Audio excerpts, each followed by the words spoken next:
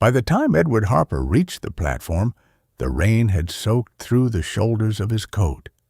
It was the fine, persistent rain of northern stations, a rain that seemed less to fall than to hang in the air, waiting for people to walk into it.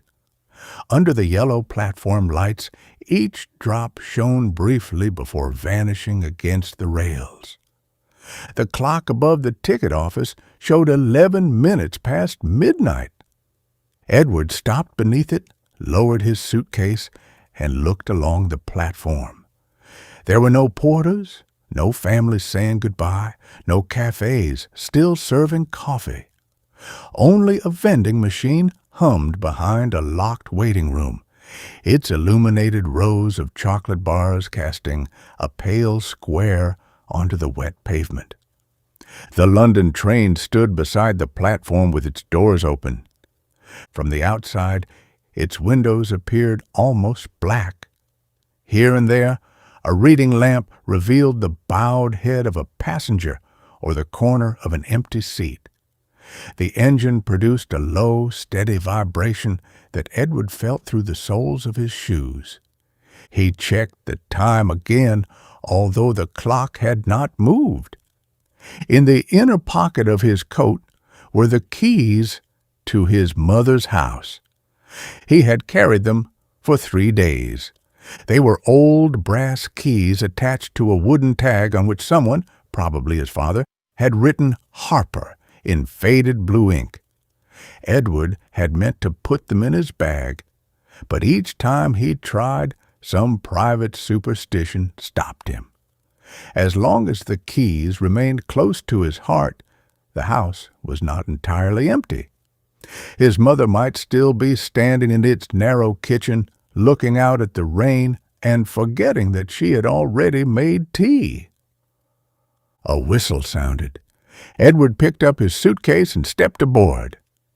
The carriage was warmer than he expected, warm enough to fog his glasses and fill the air with the damp smell of wool, old upholstery, and railway coffee.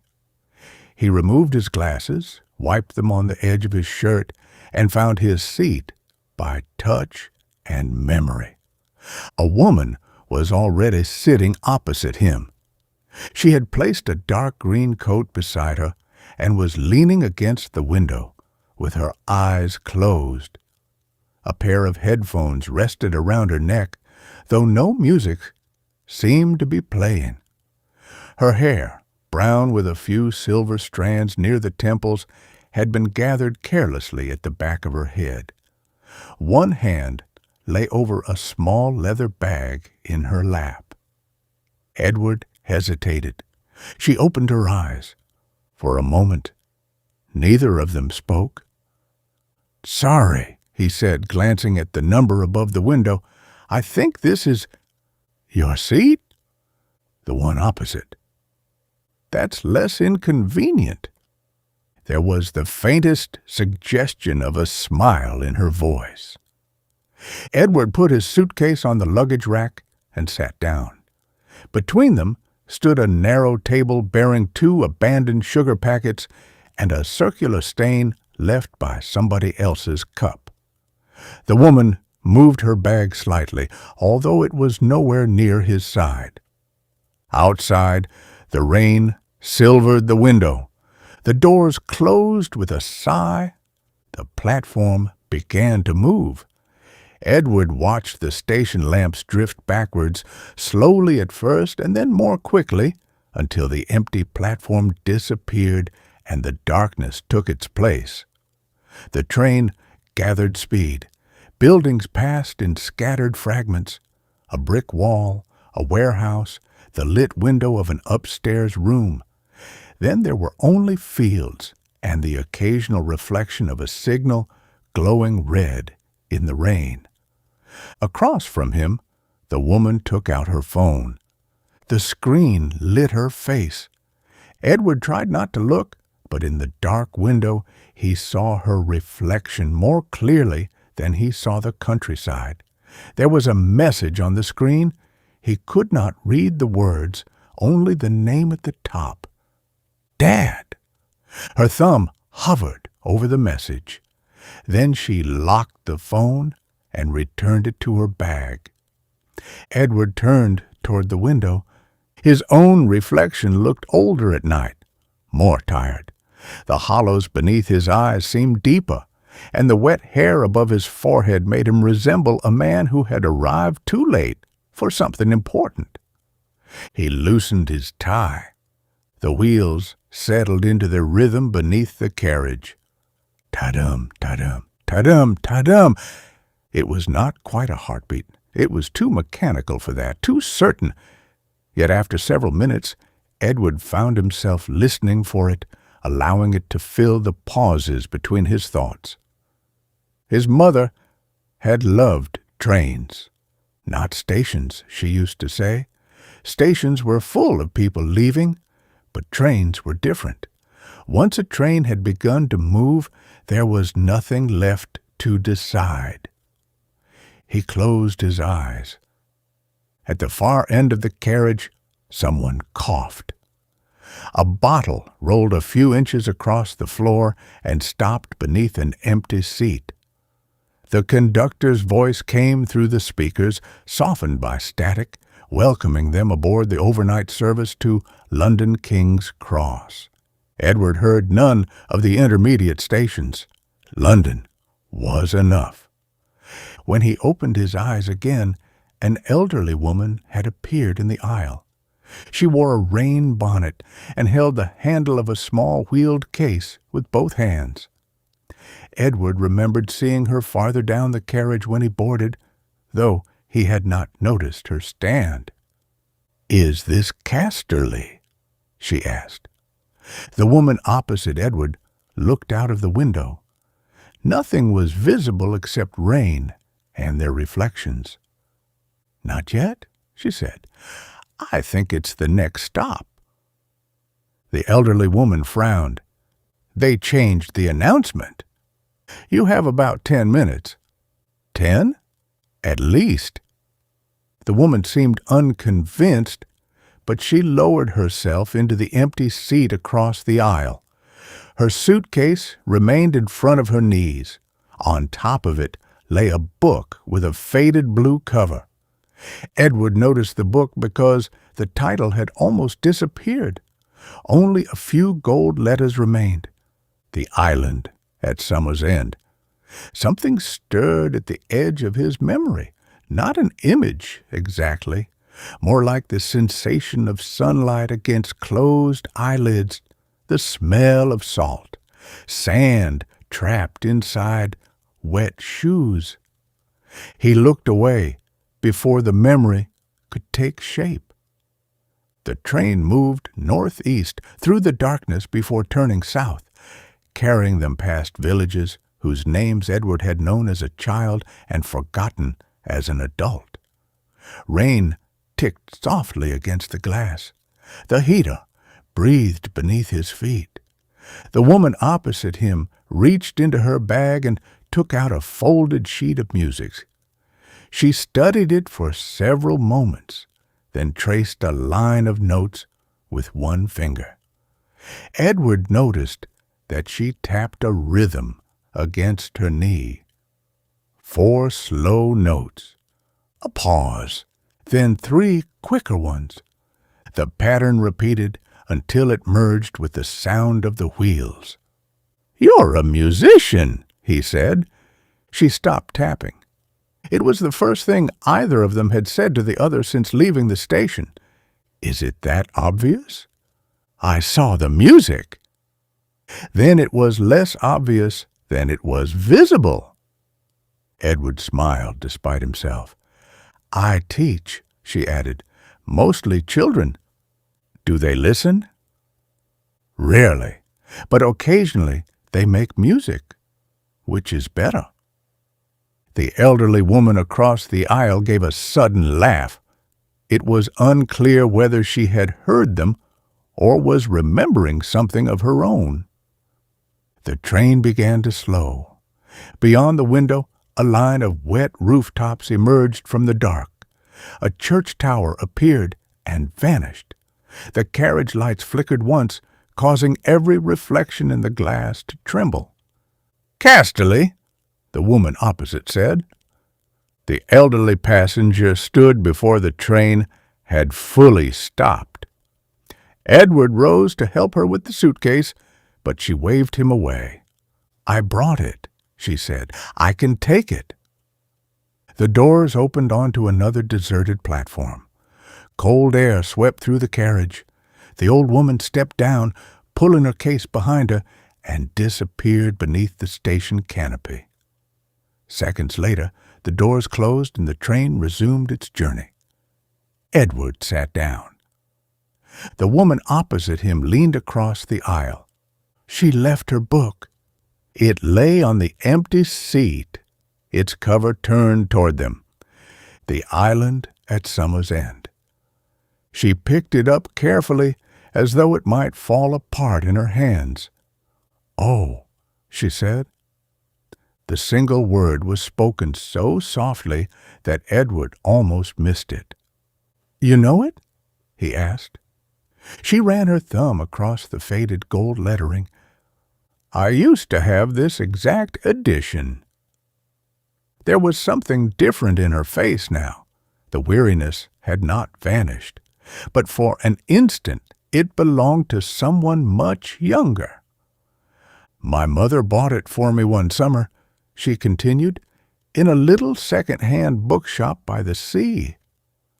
Edward looked at the cover again. The sunlight returned behind his eyes.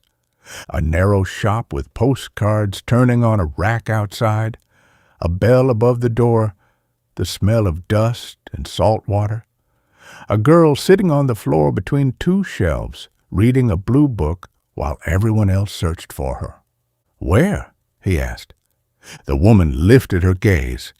"It's probably nowhere you've heard of." "Try me." She hesitated. "St. Marlowe." The name passed through him like the sudden light of an oncoming train. For several seconds, Edward could hear only the wheels beneath them. Ta-dum, ta-dum, ta-dum, ta-dum.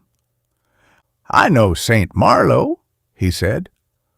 Outside, the last station lamp slipped into the rain, and the train carried them onward through the dark. St. Marlowe.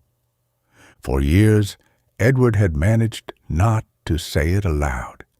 He had seen it once or twice on maps and weather reports, always turning the page or changing the channel before the memories could settle.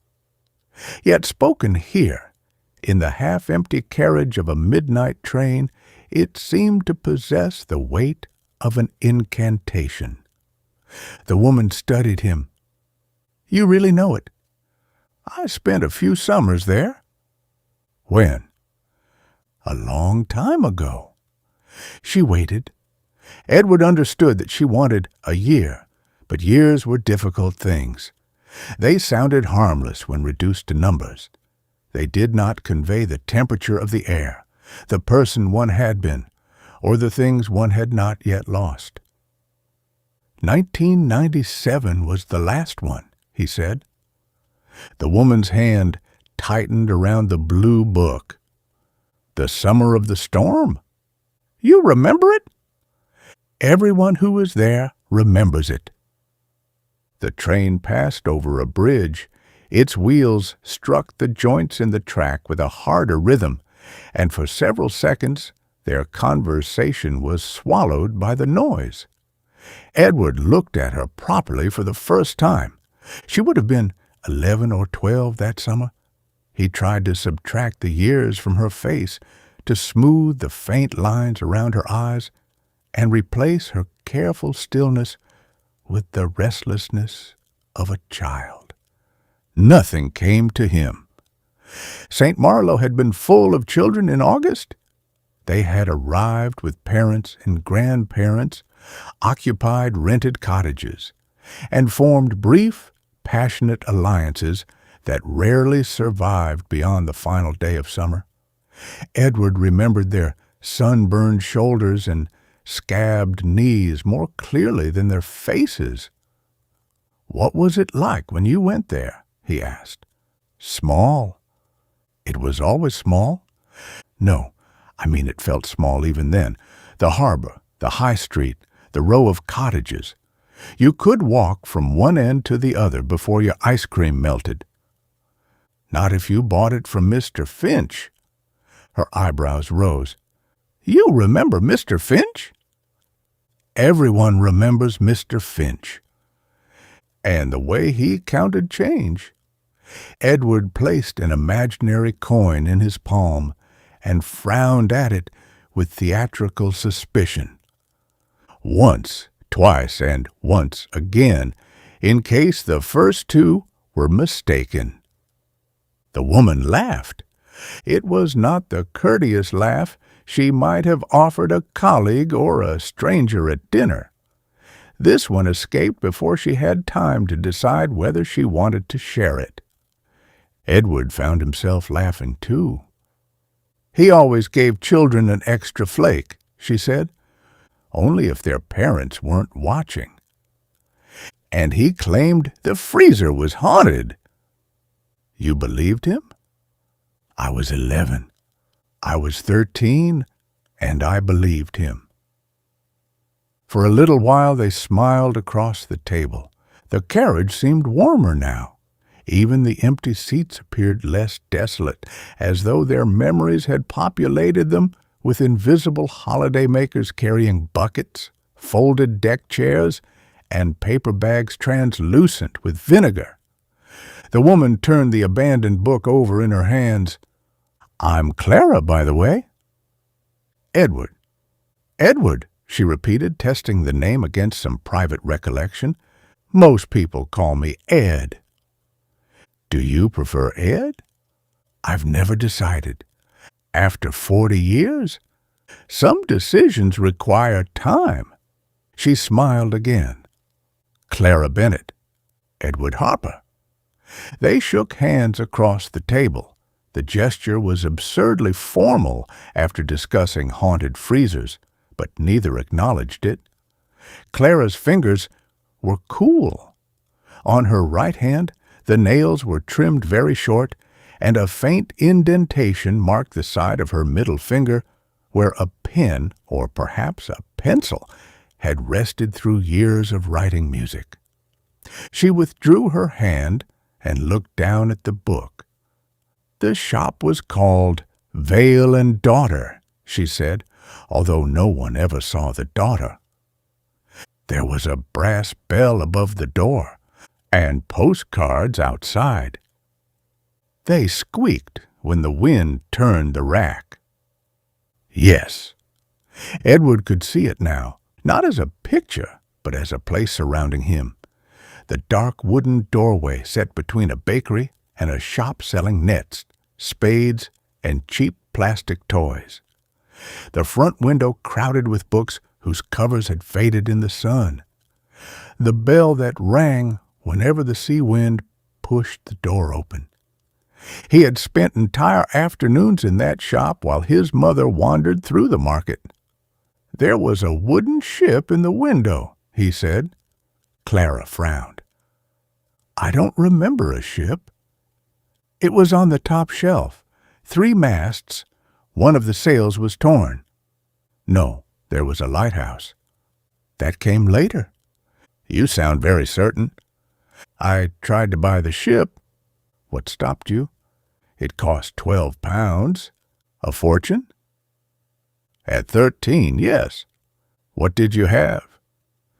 £2 and 17 pence. "Did you make an offer?" "I did." "And?" "Mr. Vale suggested I return when I had developed a better understanding of commerce." Clara lowered her head, laughing.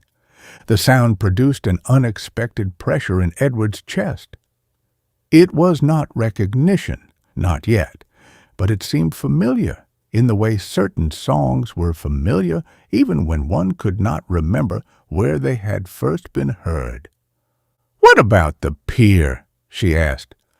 "What about it?" "Do you remember the shelter at the end?" The green one? It was blue. It may have been blue once. It was blue that summer. It was the color of mold. Turquoise. An optimistic description. When it rained, we used to hide in there and watch the sea. So did we. Clara tilted her head. We? The children from our end of the village. Near the church? Near the old lifeboat station. She sat back. The train entered a cutting, and the darkness outside pressed close against the windows. We stayed near the church, Clara said. My father rented one of the white cottages behind it. With the iron gates? And gardens too small for the houses. I knew those cottages. There was a shortcut beside the graveyard, through the broken section of the wall. She nodded. We weren't supposed to use it, which meant everyone did. My father said the wall might collapse.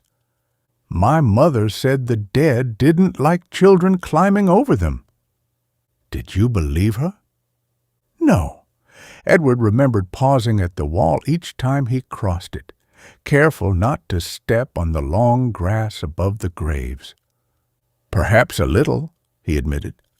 Clara glanced at him as though this answer had pleased her.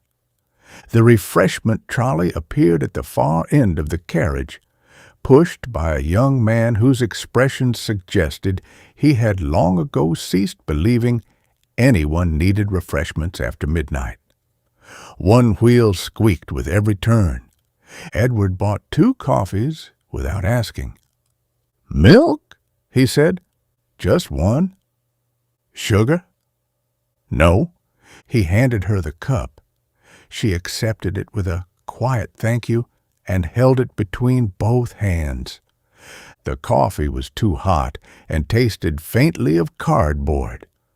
It was nevertheless the best thing Edward had drunk all day. They sat in comfortable silence until the trolley had moved into the next carriage. "Do you remember the house?" Clara asked. "What house?"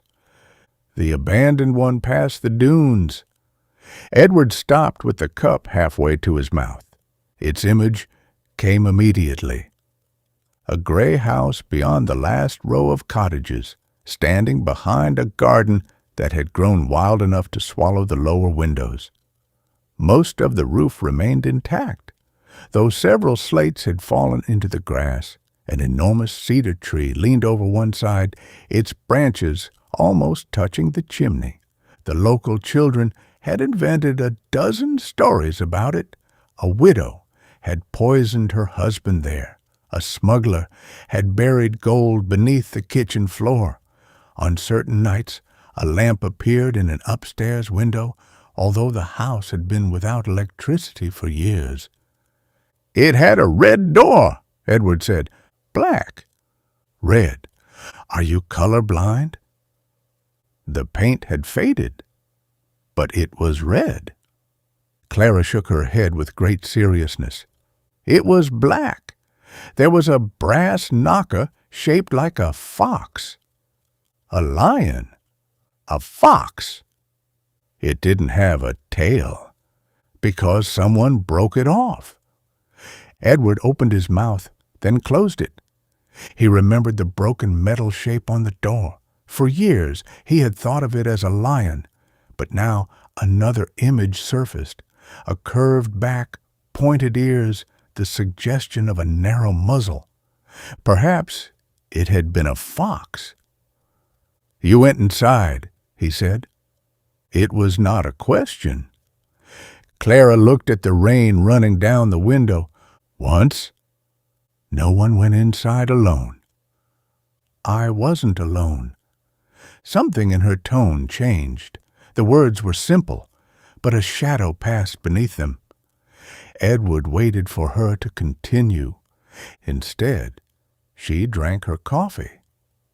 Beyond the window, a cluster of distant lights appeared on a hillside. Edward imagined the people sleeping in those houses while the train passed below, carrying two strangers through a landscape they could not see. "Who were you with?" he asked. Clara watched the lights until they disappeared. "A group of children." "From near the church?" "Some of them." "Do you remember their names?" "A few." She placed her cup carefully in the circular hollow on the table. "There was a boy called Simon who was frightened of birds.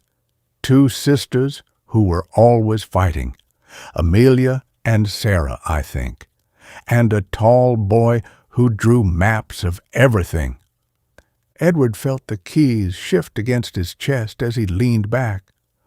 "A lot of children draw maps." "Not like him. His maps had symbols and measurements. He made us walk in straight lines so he could count our steps."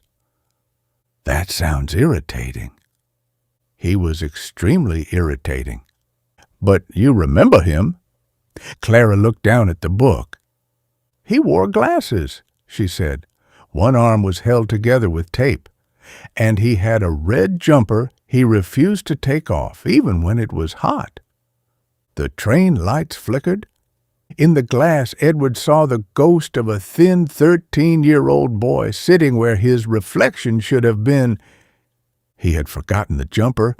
He remembered it now. Red wool, sleeves too long for his arms, a birthday present from his mother. He had worn it throughout that summer because, on the morning they arrived in St. Marlow, she had told him it made him look grown up. Clara was still speaking. "The others called him something. It wasn't his real name." Edward stared at his coffee. The rhythm of the wheels seemed louder. "Ta-dum! Ta-dum!" "What did they call him?" he asked. Clara closed her eyes, searching the dark behind them. Then she smiled. "The professor." Edward did not answer. He reached beneath his glasses and pressed 2 fingers against the bridge of his nose. He could feel Clara watching him. But he was no longer in the carriage. He was standing beneath an enormous cedar tree with a notebook under one arm. The sunlight was bright. The sea was somewhere beyond the dunes. A girl he could not yet see was singing on the other side of a garden wall, and someone was calling him by a name no living person had used in 29 years. Edward looked down at his hands. They were not the hands he remembered. The boy's hands had been narrow and perpetually marked with ink, the nails darkened by soil from digging beneath the cedar tree. These hands were broader, paler, crossed by faint veins. An architect's hands, though he drew very little now. "An unusual nickname," he said, "not particularly imaginative." "Children rarely are." "He gave it to himself, I think." Edward looked up. "I most certainly did not." Clara became still. For one dangerous second, the train seemed to fall silent around them. Then Edward realized what he had said. He reached for his coffee, though the cup was empty. "I mean," he continued, "no child gives himself a nickname like that. Someone else must have started it." Clara watched him. The passing darkness moved across her face in faint bands, interrupted whenever the train crossed a road or passed a signal. "Perhaps," she said at last. Edward turned toward the window. He had no good reason to hide the truth.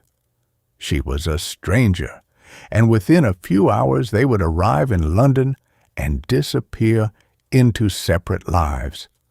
Nothing would be demanded of him. Yet the name belonged to someone he no longer knew how to be. The professor had believed that everything could be understood if it was drawn carefully enough. Every path had a destination, Every distance could be measured. Even the sea followed a timetable. Edward Harper knew better. Some roads ended without warning. Some people left without saying goodbye. And the sea, however faithfully one recorded its tides, could still take whatever it wanted. "What did he map?" Edward asked. "Everything. The village, the dunes, the paths through the churchyard. He must have had a lot of free time." "We all did. It was summer." Clara rested the blue book on the table. "He drew a map of the abandoned house, too. Every room, every staircase, every broken window." "You said you only went inside once." "I did." "Then how do you know?" "He showed it to me." Edward remembered a notebook spread open across 2 knees, a floor plan drawn in blue ink, a girl leaning over his shoulder, her hair dripping seawater onto the paper. No face, only the shadow of her head and the melody she hummed whenever she was trying to memorize something. "You were friends?" he asked. "For a while." "What happened?" "Summer ended." She said it lightly, but her fingers pressed against the book's cover. Edward knew there was more. He also knew better than to ask too quickly. Memories were like frightened animals. If approached directly, they fled. The train rocked gently around a curve. Clara looked toward the dark window. "There used to be a path behind the house," she said. "It went through the dunes." "To the old lifeboat station?" "And beyond that?" "The beach." "Beyond the beach." Edward knew the answer. At low tide, a strip of black rock emerged from the water several hundred yards from the shore. It led to a small island crowned with grass, and the remains of an old stone watchtower. At high tide, the rocks vanished completely, leaving the island separated from the mainland by deep, fast-moving water. Adults had warned children to stay away from it. Naturally, every child in St. Marlow had wanted to go there. "The island," he said. Clara nodded. "Did you ever cross?" "Once." "Only once?" "Once was enough." He had crossed more times than he could count. He remembered moving from rock to rock, while the sea retreated around him, his notebook tucked beneath his jumper to protect it from the spray. He had timed the journey, 9 minutes and 43 seconds in dry weather, 12 minutes if the stones were wet. "What did you call it?" Clara asked. Edward almost answered. He stopped himself. This was no longer a casual exchange of coincidental memories. Clara was testing him now. Her expression remained calm, but her eyes did not leave his face. "I don't remember," he said. It was the first direct lie he had told her. Clara looked disappointed. "Perhaps our groups called it different things." "Perhaps. We called it London." Edward let out a quiet breath. Of course they had. The name had been his idea, although the others had mocked it at first. London was impossibly distant to them then. It was not merely a city, but the symbol of everything beyond childhood.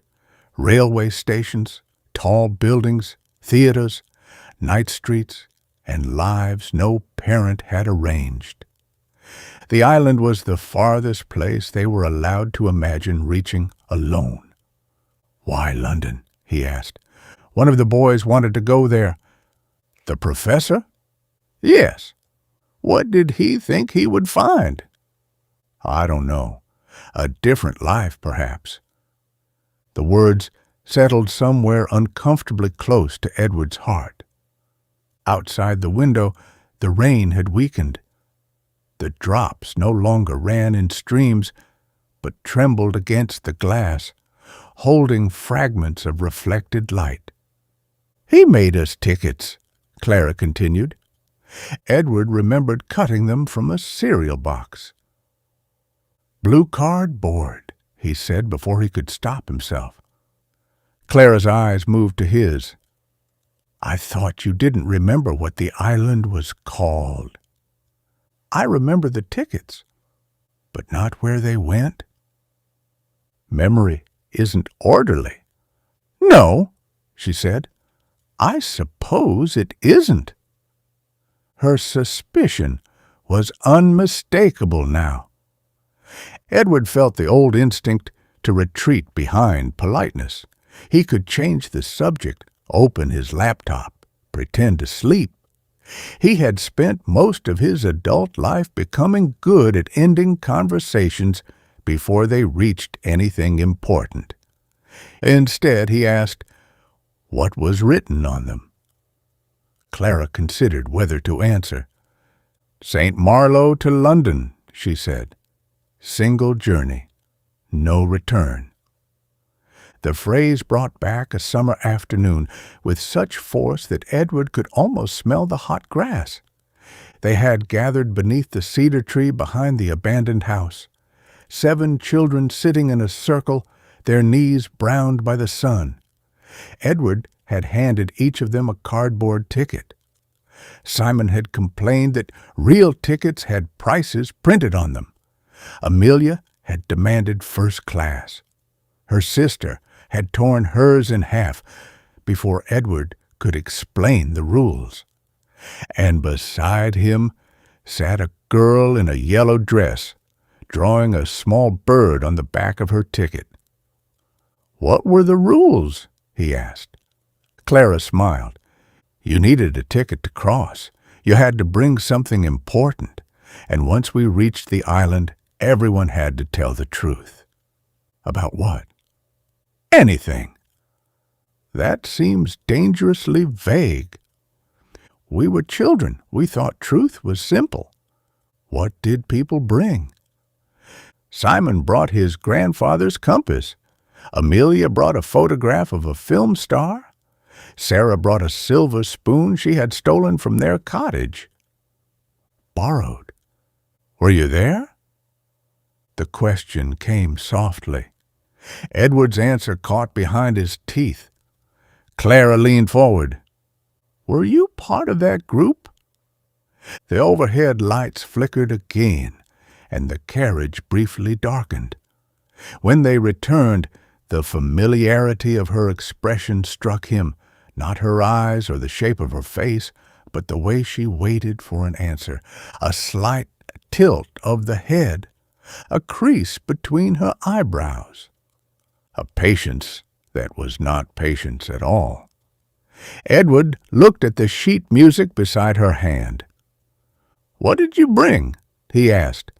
She sat back, allowing him to avoid the question. "A tuning fork." "Why?" "It belonged to my mother." "Did you play an instrument?" "Piano, badly." "You became a music teacher." "Eventually." "That doesn't sound like someone who played badly." "I learned." The rhythm of the train softened as they crossed a stretch of smoother rail. Edward could hear the melody again. 4 slow notes, a pause, 3 quicker ones.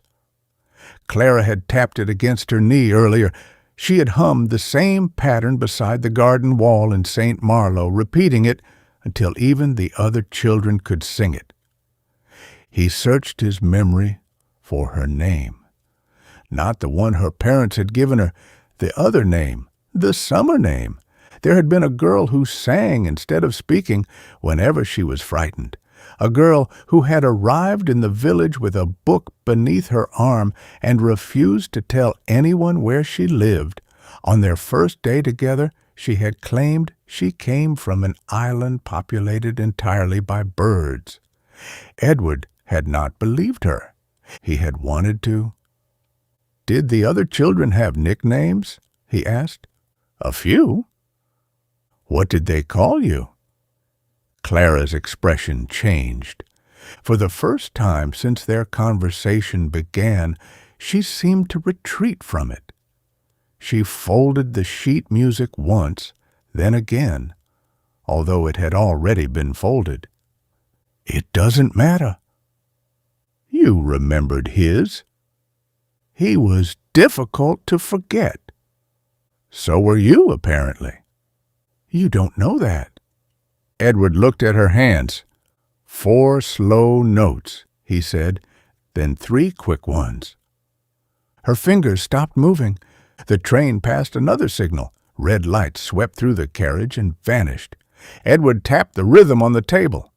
4 slow notes, a pause, 3 quick ones.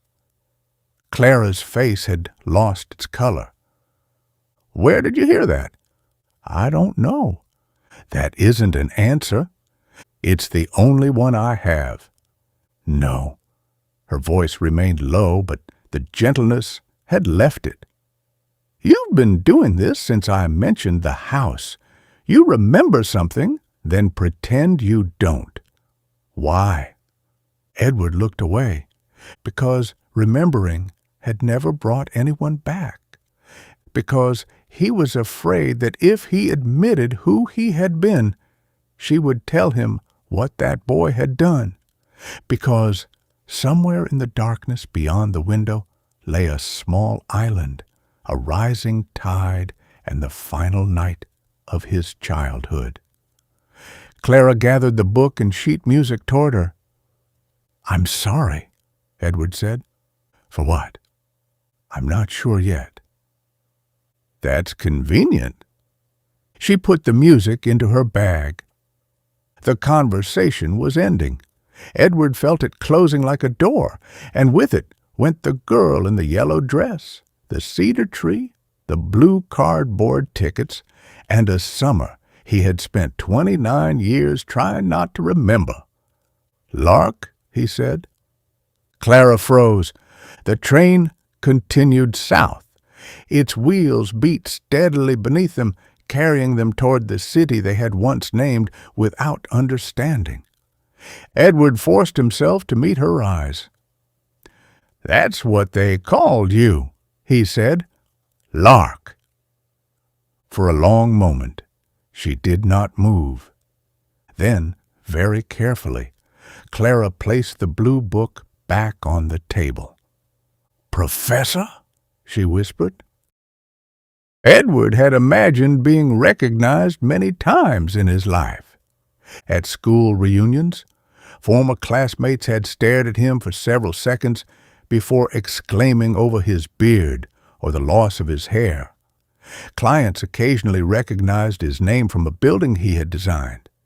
Once, in a hotel lobby, a woman had mistaken him for a television presenter and insisted on taking a photograph. None of those moments had prepared him for the way Clara spoke his childhood name. "Professor?" It was barely louder than the rain. Edward nodded. Clara searched his face.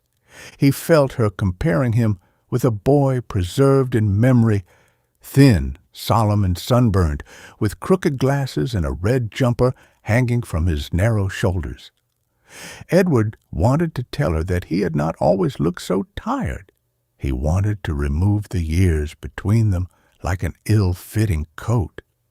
Instead, he said, "I didn't give myself the nickname." Clara stared at him for another second. Then she laughed.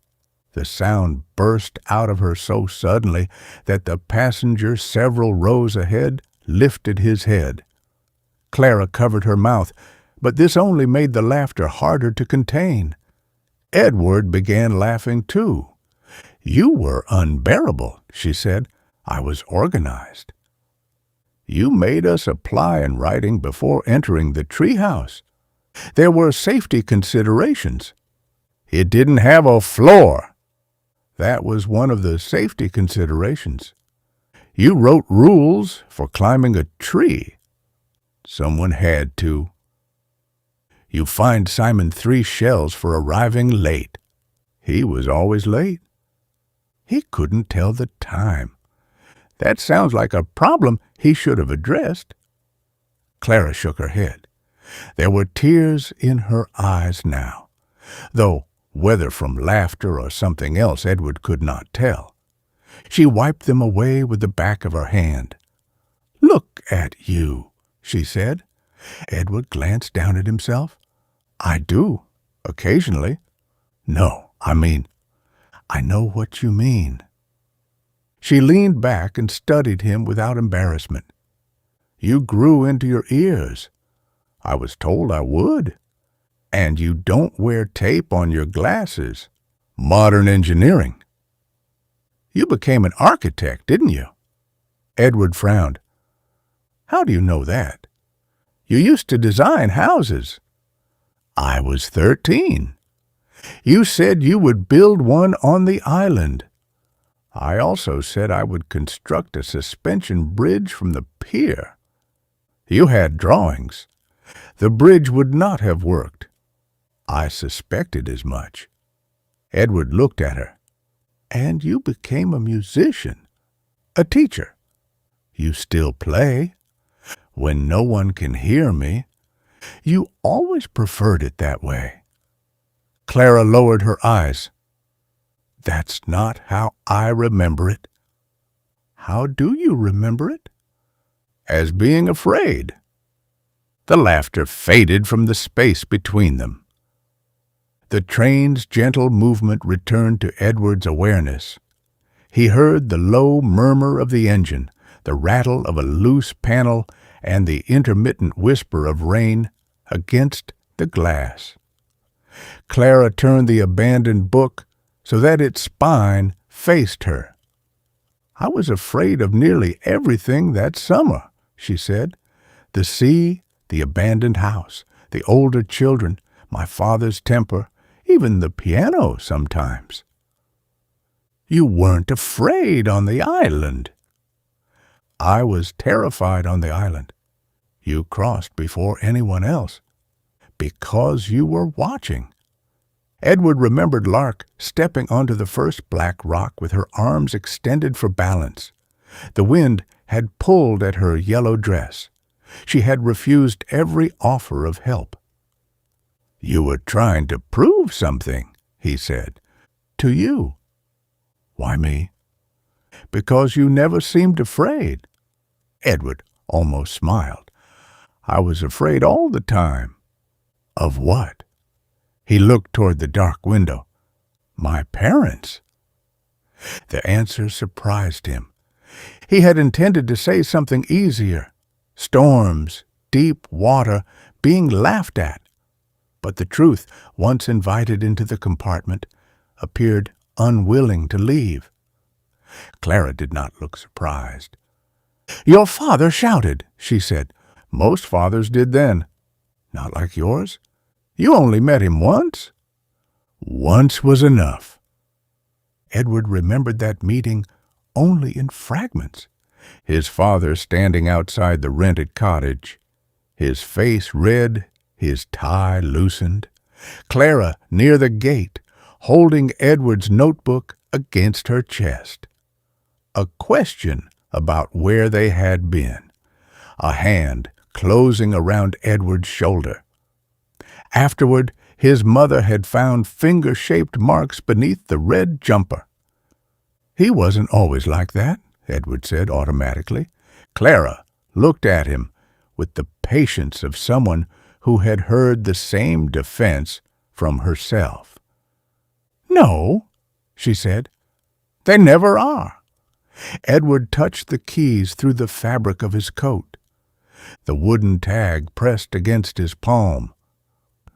"What about your father?" he asked. "You said he had a temper." "He still does." That was his message? Clara's gaze shifted to her bag. Edward immediately regretted the question. "I'm sorry. I saw the name reflected in the window. I wasn't trying to read it." "He wants me to visit him." "In London?" "A hospital in Hampstead." "Is he ill?" Yes. The single word closed the subject. Edward let the silence stand. Clara looked down at the blue book again. "Do you remember the last time we went to the island?" she asked. He felt something tighten beneath his ribs. "I remember a storm." "That came later." "Not much later." "Do you remember what you said?" Edward could hear the sea striking the rocks. He could see clouds gathering beyond the harbor and gulls turning white against the darkening sky. But the words would not return. "No." Clara nodded as though she had expected this.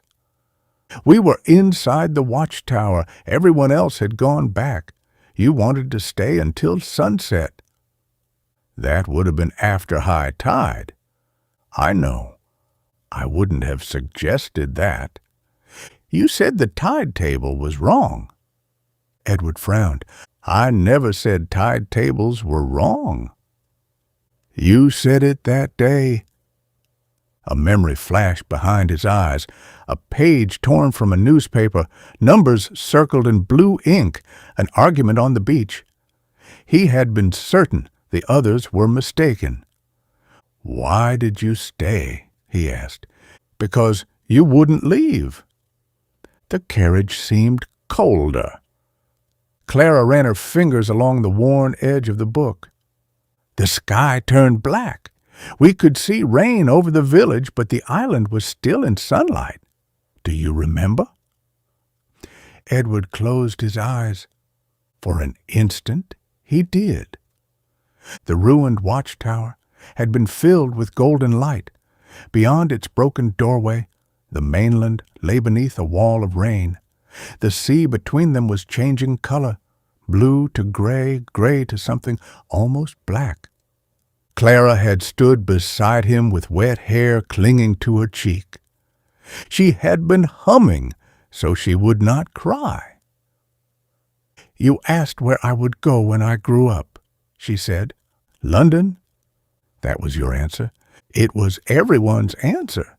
Mine wasn't. "What did you say?" "I said I would stay in St. Marlow." Edward opened his eyes. "You hated St. Marlow." "I was 11. I thought hating a place meant it belonged to me." "What did I say?" Clara's expression softened. "You told me I couldn't stay because the village would fall into the sea eventually." "That sounds like me." "You said we should take a train to London instead, at midnight, so no one could stop us." The remembered words stirred somewhere far below the surface. A midnight train, no parents, no return tickets. 2 children traveling through darkness toward the city they had named before they had seen it. "I promised you," Edward said. "Yes." Clara looked out of the window. "You said that when we were old enough, we would meet at St. Marlow Station on the last night of August. We would take the midnight train and disappear."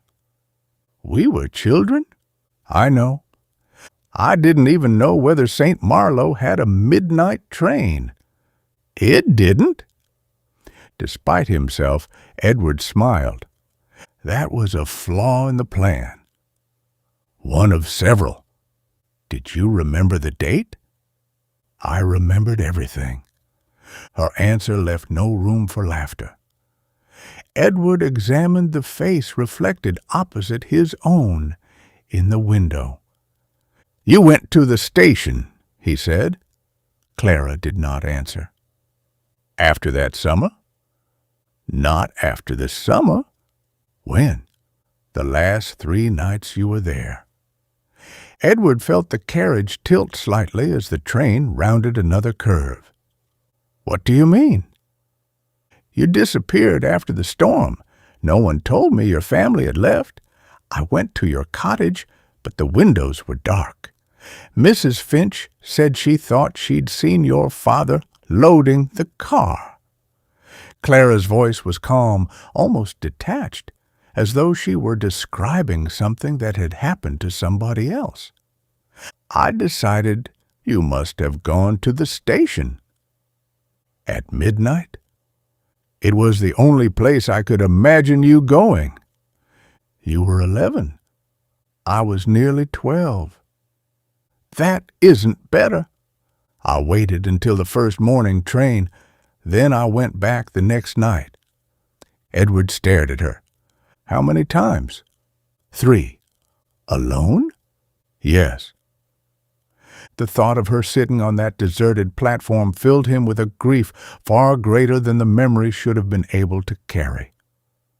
A small girl in a yellow dress, or perhaps by then she had worn a coat, waiting beneath the station clock for a boy already miles away.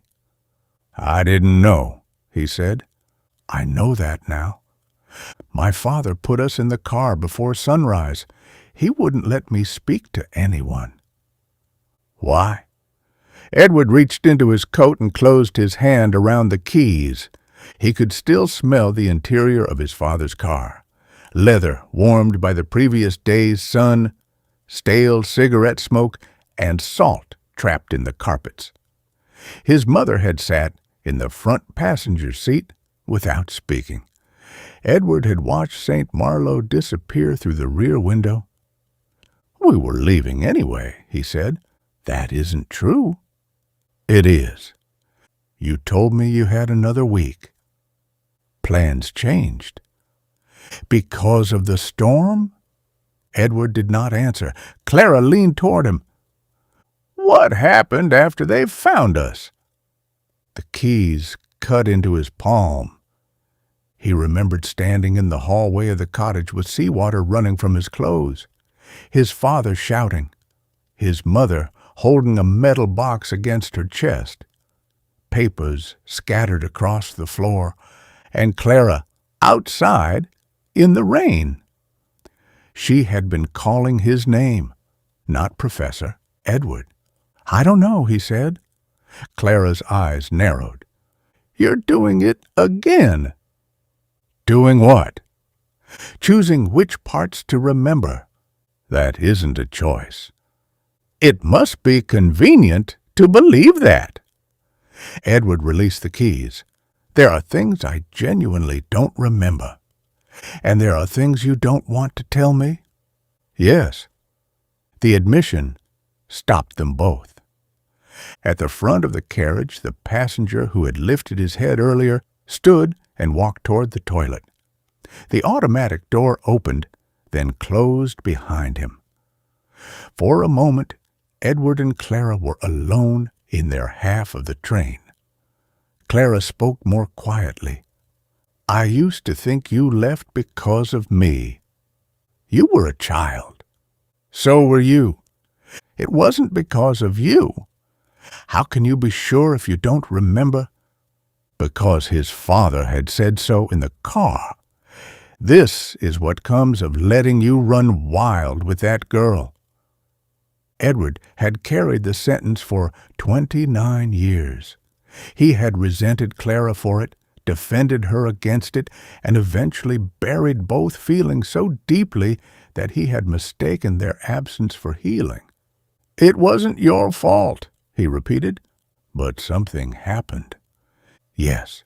"What?" The train lights dimmed. The engine's hum changed pitch, dropping into a strained mechanical murmur. Outside, the few distant lights slowed and became fixed points in the darkness. The wheels struck one final joint in the rails. Then the rhythm ceased. The train stopped. For several seconds, nothing moved. Edward and Clara sat opposite one another, surrounded by a silence so complete that he could hear the rain collecting on the roof. A moment later, the lights went out. The darkness was absolute only for a second. Then small lights began appearing throughout the carriage. A phone screen shone several rows ahead. Another illuminated the ceiling with a pale blue rectangle. Above the doors, The emergency signs glowed green, lending the empty seats and motionless passengers the strange appearance of an underwater room. Clara's face had vanished. Edward could make out only the faint outline of her shoulder against the window. Someone near the front laughed nervously. The conductor's voice emerged from the speakers in broken fragments. "Ladies and gentlemen, temporary loss of power. Remain seated. Update as soon as—" The announcement dissolved into static. Rain drummed against the roof. Without the rhythm of the wheels beneath them, the train no longer seemed like a train. It might have been a dark house, a shelter, or a vessel stranded at sea.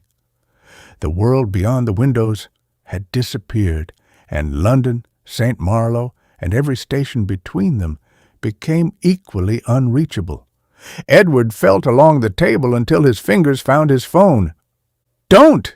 Clara said. He stopped. "Don't what?" "Turn on the light." "Are you afraid?" "Yes." The honesty of the answer surprised him. "Of the dark?" "No, of seeing your face while you tell me what happened." Edward placed the phone face down on the table. "All right." They sat without speaking. He heard Clara shift in her seat. Fabric brushed against fabric. Somewhere in the carriage, a child asked when the train would start moving again, and a tired voice promised it would be soon. Edward rested his hands on his knees. In daylight, or even under the weak carriage lights, he would have watched Clara's expression and adjusted his words accordingly. He would have softened difficult details, omitted anything that sounded too emotional, and turned pain into something orderly enough to discuss. In the dark, there was nothing to manage. "My mother died 3 weeks ago," he said. The sentence left him before he had chosen it. Clara's voice softened. "I'm sorry." She had been ill for a while, long enough that everyone kept saying it was a blessing when it happened. Was it? No. The rain grew heavier. Edward touched the inner pocket of his coat. "I'm going to London because her house has been sold. The buyers sign the final papers tomorrow morning." "The house you grew up in?" "Yes." "Is that why you have the keys?" He looked toward her unseen face. "How did you know about the keys?" "I heard them when you sat down. You keep touching them." Edward withdrew his hand. They were hers. "What will happen after you give them away?" "The new owners will change the locks." "That isn't what I meant." Edward understood. He pictured the house as he had last seen it, the narrow brick frontage stained by decades of rain, the rose bush beside the door badly in need of pruning. Inside, each room had carried the pale rectangular scars of removed pictures. Dust marked the places where furniture had stood. His mother's blue cup remained beside the kitchen sink. He had packed everything else, but had been unable to touch it. "Afterward," he said, "I'll go home." "Where is home?" "Manchester." "Is anyone waiting for you?" Edward took longer to answer than the question required. No. He had been married once, 11 years, ending not with betrayal or fury, but a gradual exhaustion neither of them had known how to reverse. There had been no children, though for a time they had discussed names and schools and which bedroom would receive the morning sun. After the divorce, Edward had moved into a flat overlooking a canal. He had furnished it carefully and never hung anything on the walls. "What about you?" he asked. Clara's silhouette moved. "York." "Is someone waiting there?" My piano.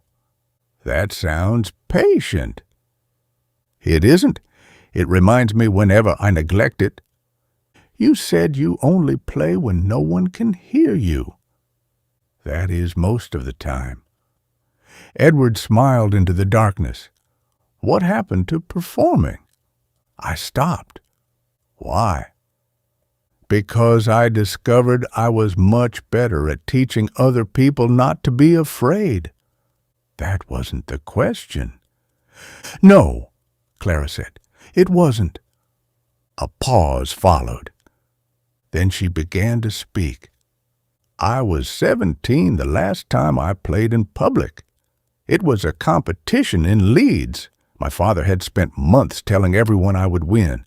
Teachers, neighbors, people in shops. He spoke as if the result had already been announced. What did you play? Schubert. Did you win? I walked onto the stage and forgot the first note. Edward said nothing.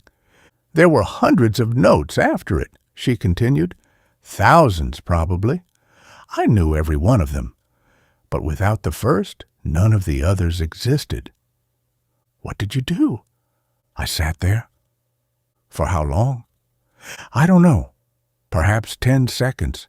It felt like an entire life. And your father? He left before I came off the stage. The words were delivered without bitterness. That made them worse. You never performed again. Not for an audience.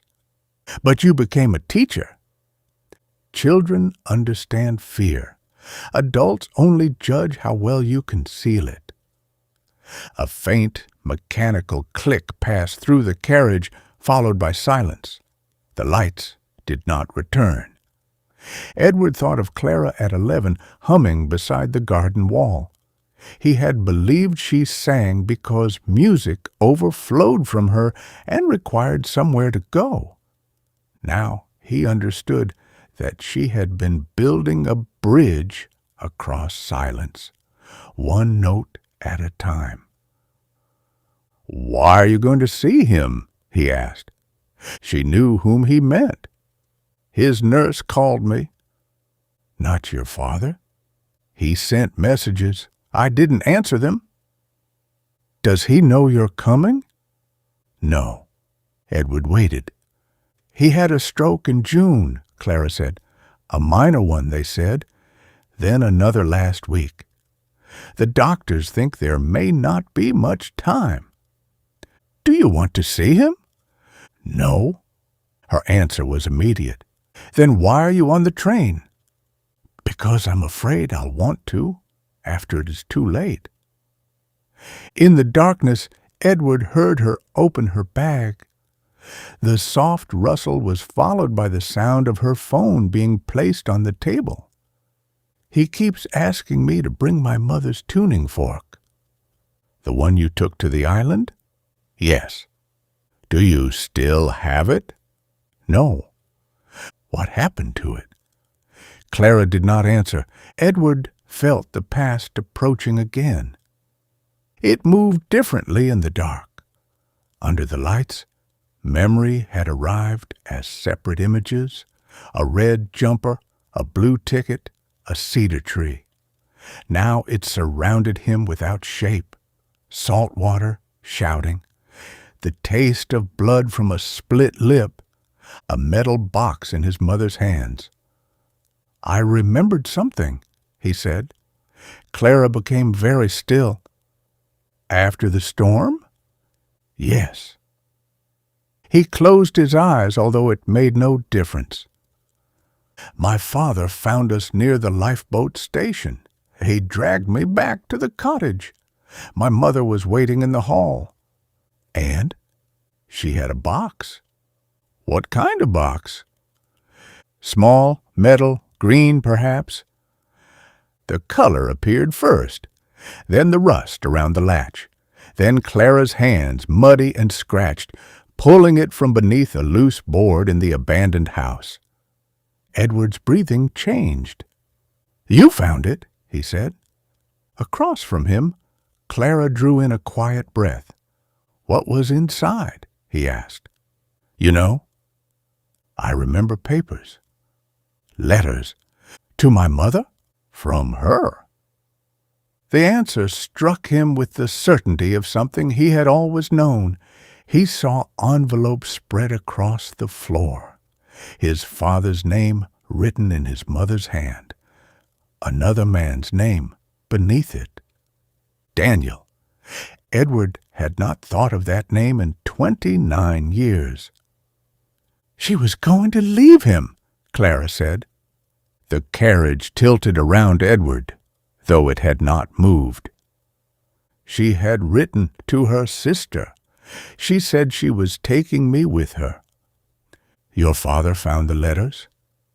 "He found us reading them." "I'm sorry?" "Why, because I opened the box." "No." Edward pressed his fingers against his eyes.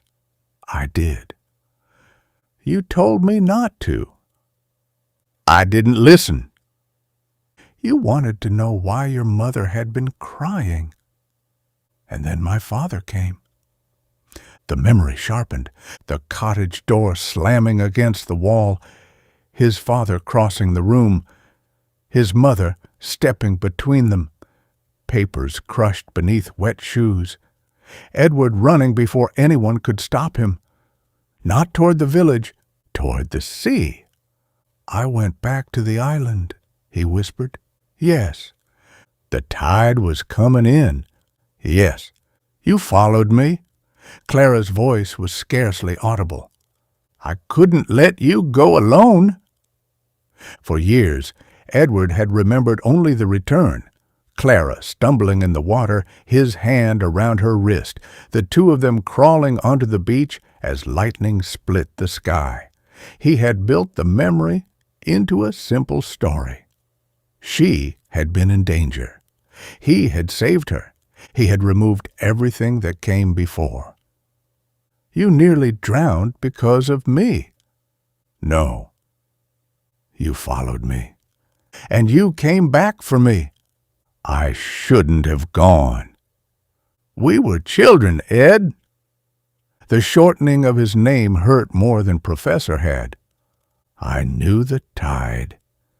"You thought knowing it meant you could control it." "I should have known better." "You were 13. I was the one who made the maps." "And I was the one who took your mother's letters out of that house." "So we can blame each other if you prefer." "I don't." "Then what do you want?" Clara answered after a long silence. "I want us to stop blaming the children." The words entered the darkness and remained there. Edward lowered his hands. For most of his adult life, he had considered the boy in the red jumper an earlier version of himself, foolish, arrogant, and unprepared. A structure built from poor materials, best demolished before anything else could be raised in its place. He had never imagined forgiving him. "Your father didn't take you away because of me," Clara said. "No." "And mine didn't take me away because of you." "No." "They were already leaving." "Yes."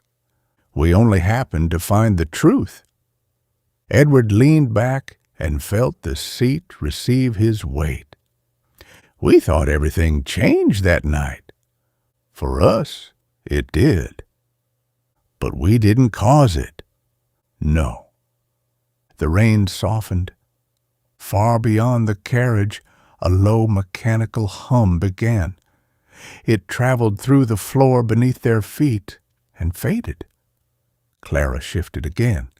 Then, very quietly, she hummed 4 slow notes. A pause, 3 quicker ones. Edward listened. When they were children, the melody had stopped there. Clara had never known what should follow. She would repeat the 7 notes while walking, reading, or waiting for the tide to turn, always returning to the beginning, because she could not find the way forward. Edward had once suggested an ending. He had sung it badly, with no understanding of keys or harmony. Clara had laughed and told him it was wrong. Yet she had remembered it. He joined her now. 3 descending notes, a pause, one final note held long enough to become uncertain. Clara stopped humming. "You remembered," she said. "Only the ending." "That was always your part." A light came on near the front of the carriage, then another. The overhead lamps flickered weakly and returned, revealing scattered passengers, abandoned cups, and rain-covered windows. Clara sat opposite him with tears on her cheeks. She made no attempt to hide them. Edward suspected his own face looked no better. The conductor's voice returned. "Thank you for your patience. We expect to be moving again shortly." Around them, passengers stirred. Someone applauded. The child near the front asked whether they were in London yet. Clara wiped her face and looked down at the book between them. Edward reached for his wallet. Behind his bank cards and folded receipts was a narrow compartment he had not opened in years. He slipped one finger inside and felt the softened edge of paper. He had carried it from wallet to wallet since he was 13. Slowly, he drew it out. The paper had once been white. Time had turned it the color of weak tea. Blue lines crossed its surface. The harbor, the church, the abandoned house, the path through the dunes, and a chain of black rocks leading into the sea. In the lower corner, beside the island marked London, someone had drawn a bird with outstretched wings. Clara stared at it. Her lips parted, but no sound emerged. Edward placed the map on the table between them. Beneath the bird, in a child's careful handwriting, were the words, "For the professor, so he won't forget the way to London." Clara did not touch the map. For several seconds, she only looked at it, her hands resting on either side of the blue book. Edward remembered those hands smaller, their fingers stained with blackberry juice and blue ink. He remembered watching them draw the bird in the corner while pretending not to be interested. "You kept it," she said. "I forgot I had." "That isn't possible." "No," Edward admitted. "It probably isn't." The train gave a gentle shudder beneath them. Somewhere ahead, machinery engaged with a rising hum, but the carriage remained still. Clara leaned closer to the map. The paper had been folded so many times that the creases had begun to tear. Edward had reinforced one of them years ago with transparent tape. The tape was yellow now and peeling at the edges. "You changed the path," she said. "What?" "Here." She pointed without touching. The original path from the abandoned house to the lifeboat station had been crossed out. A second route curved behind the dunes, marked by small arrows and a warning written in Edward's 13-year-old hand, "Unstable after rain." "You said the first path was too obvious," Clara continued. "You thought adults might follow it." "That sounds unnecessarily dramatic." "You were preparing for a siege. I liked contingencies. You buried biscuits beneath the treehouse. That was sensible. They attracted ants. A minor failure?" Clara smiled, but her eyes remained fixed on the map. "Simon stepped on the tin and crushed them. He was a menace. He cried when you shouted at him. He was 14. He was sensitive. He threw my shoes into the sea after you called him an imbecile. He had earned a precise description. Clara finally touched the paper. Her fingertip followed the coastline from the harbor to the pier. She moved slowly, as though tracing not ink, but the boundary of a country that had disappeared. Edward watched her pause at each symbol. A square for Mr. Finch's shop, a cross for the broken section of the churchyard wall, a circle around the cedar tree. Near the abandoned house, 2 letters had been written inside a crooked star, P plus L. Clara covered them with one finger. "I'd forgotten that," she said. Edward had not. He had spent years pretending the letters meant Professor and Lark. Even at 13, however, he had understood the small act of courage required to place them side by side.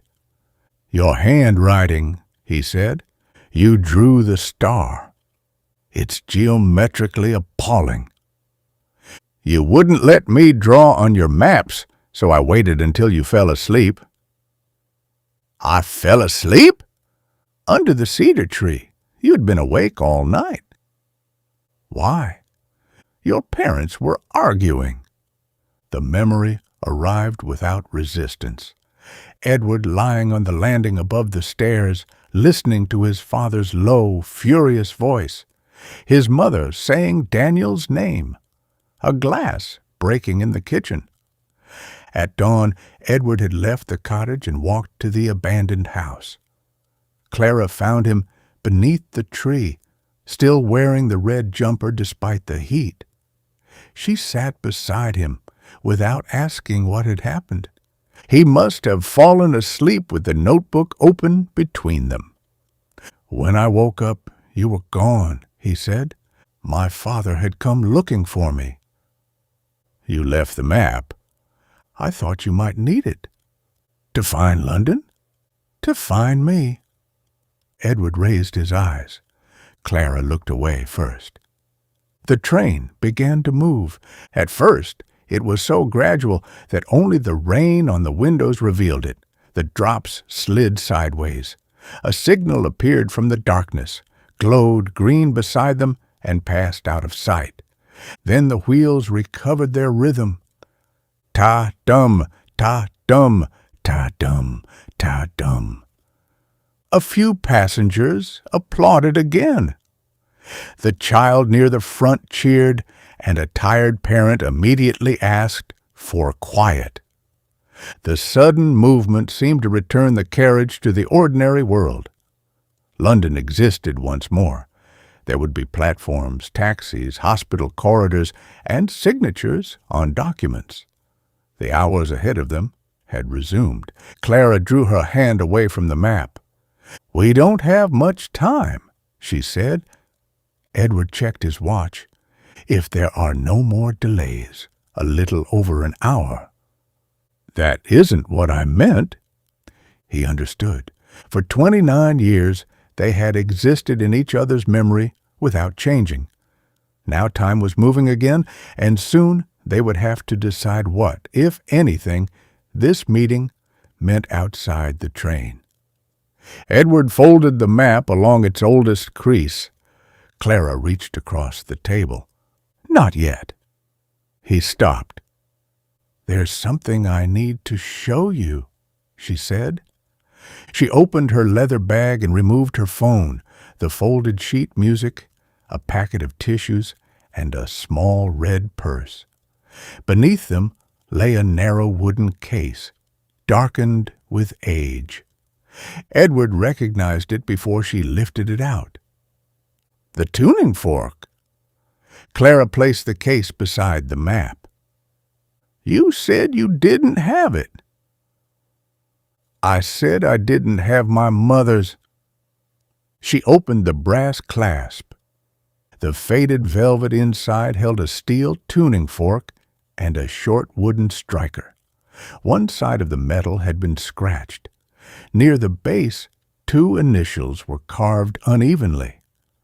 E.H. Edward stared at them. "This was mine?" You found it on the island." He reached toward the case but did not take it. "I didn't own a tuning fork." "Not until that summer." Clara removed it carefully. "You traded 3 comic books and your pocket knife for it." "With whom?" "Mr. Vale." "He sold books." "And many objects no sensible person wanted." Edward remembered glass bottles, broken clocks, and a wooden drawer filled with keys that opened nothing in the village. "Why did I buy it?" "For me." Clara laid the tuning fork across her palm. "My father had thrown my mother's into the harbor." Edward looked at her. "Why?" "She had given it to me before she left. He said I was using it to keep her in the house." Clara's tone remained steady, but her thumb moved across the initials at the base. "I went into the water to find it," she continued. "You saw me from the pier." "The harbor was filthy." "That was your principal objection." "It was a valid one." "You made me come out. Then you spent the afternoon looking for the fork with a fishing net." "Did I find it?" "No." A gull cried in Edward's memory. He saw sunlight breaking on oily water and Clara standing barefoot on the harbor steps, her skirt dripping around her knees. That evening he had gone to Vale and Daughter. "Why are my initials on this one?" "Because you said every important instrument should identify its owner." "But it was for you." "You said I could borrow it until I found mine." Clara lifted the tuning fork by its stem. "I've been borrowing it for 29 years. She struck it gently against the wooden block. A clear note entered the carriage. It was not loud. No one beyond the nearest seats seemed to notice it. Yet Edward felt the vibration pass through the table and into his hands. The sound appeared pure at first, almost without texture, then gathered a faint metallic sadness as it faded. Clara held the fork upright until the note disappeared. "A," she said, 440 hertz, the note orchestras use to agree with one another." "I remember that. You made me explain it 3 times. "I liked knowing there was a standard." "You liked the idea that everyone could be brought into tune." "Can't they?" Clara replaced the tuning fork in its case. "Not always." Edward looked at the initials again. "Why did you say you didn't have it?" "Because I've been telling myself it isn't the one my father wants." "It isn't." "No, but it is the one I have." She closed the lid. "He remembers throwing hers away. He's asked about it for years. At first he claimed he wanted to replace it. Later he said he wanted to apologize. Now he asks for it as if the tuning fork itself could prove I've forgiven him." "Have you?" "No." "Do you intend to?" "I don't know." Edward considered this. "Perhaps you don't need to decide before seeing him." "That sounds sensible." "You disapprove?" "I distrust sensible advice. It usually asks the injured person to be patient." "I'm not asking you to be patient." "What are you asking?" "To be honest." Clara gave a quiet laugh without amusement. "On the island, you mean?" "The rule was that everyone had to tell the truth." "We aren't on the island." Edward glanced around the carriage. The dark windows reflected 2 faces above a faded map. Beyond them lay nothing visible. The train moved through the night like the only inhabited place in the world. "Aren't we?" Clara followed his gaze.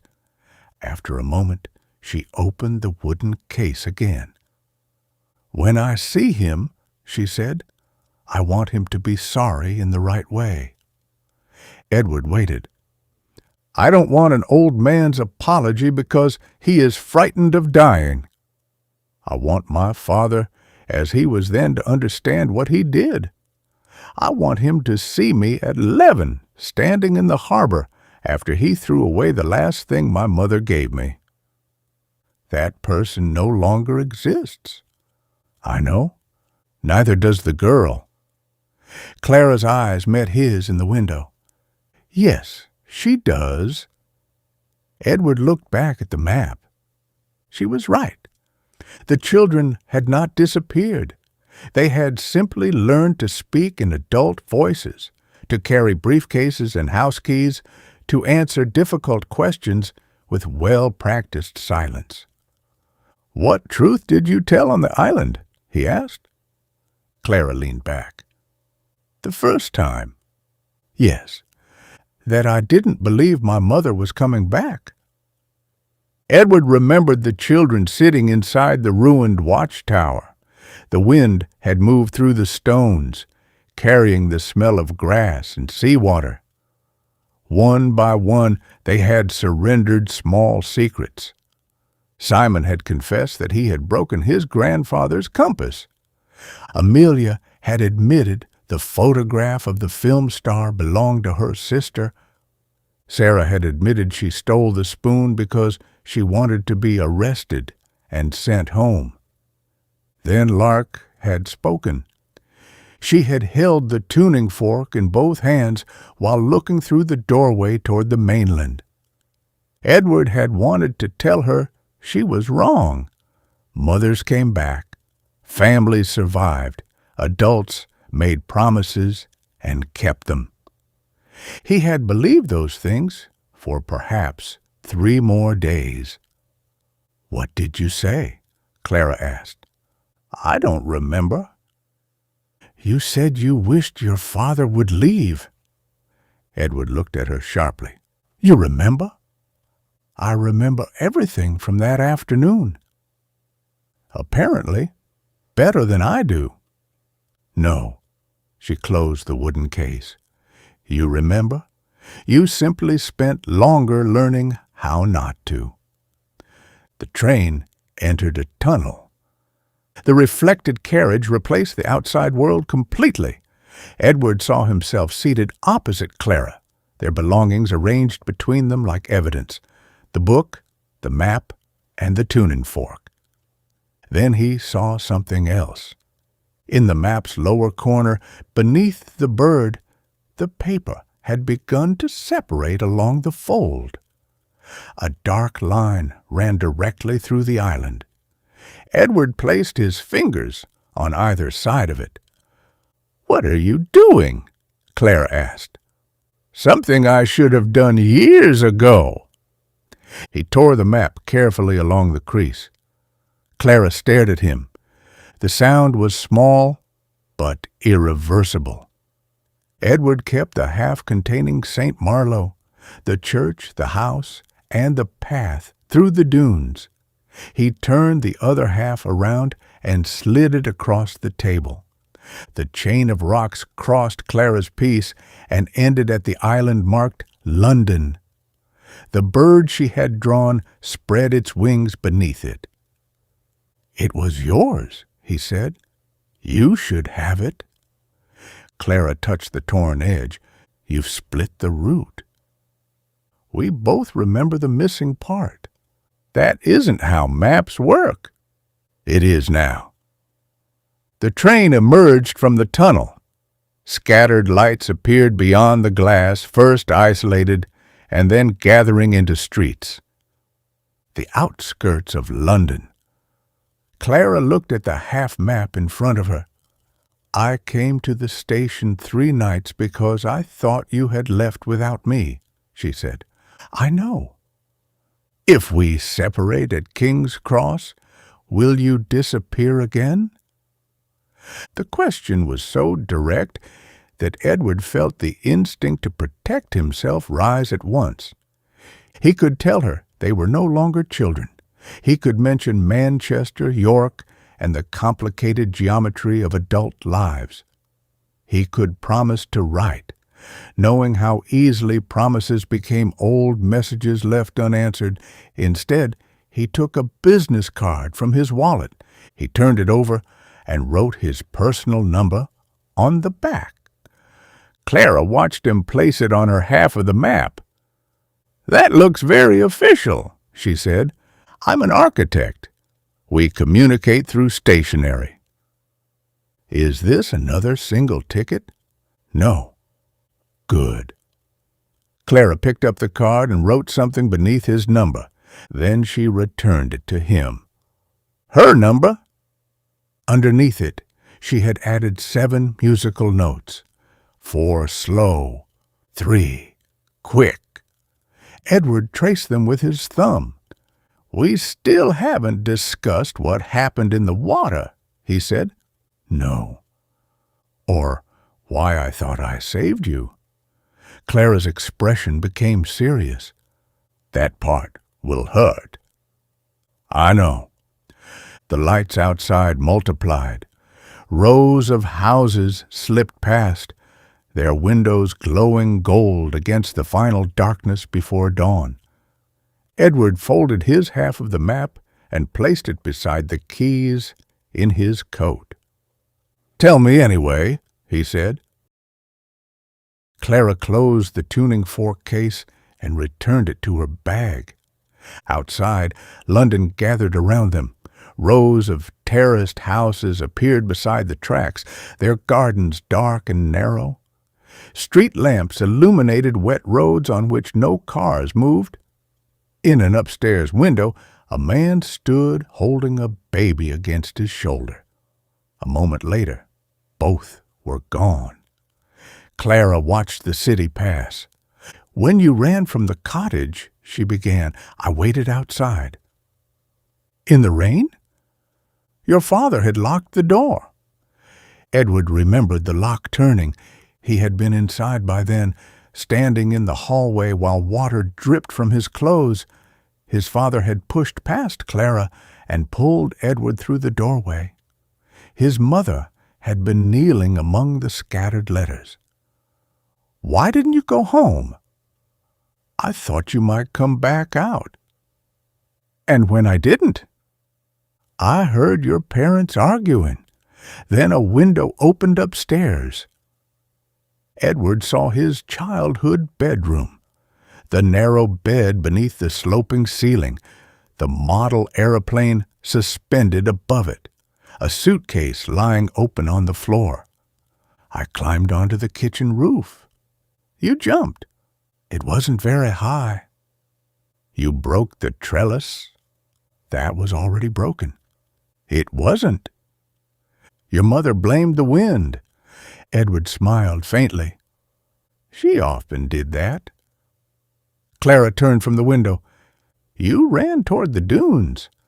I followed you as far as the lifeboat station, but I lost sight of you in the rain." "Why did you think I'd gone to the island?" "You left your notebook on the path." She pointed at the half-map beneath his coat, though she could no longer see it. It was open to the tide table. Edward could picture the page, columns of numbers, high water and low water calculated to the minute. Beside that evening's tide, a small correction in his handwriting. He had believed the published time was wrong. "I reached the rocks before the causeway disappeared," Clara said. "You were already halfway across." "I remember hearing you call." "You didn't turn around." "I heard my father's voice, too." "There was no one else there."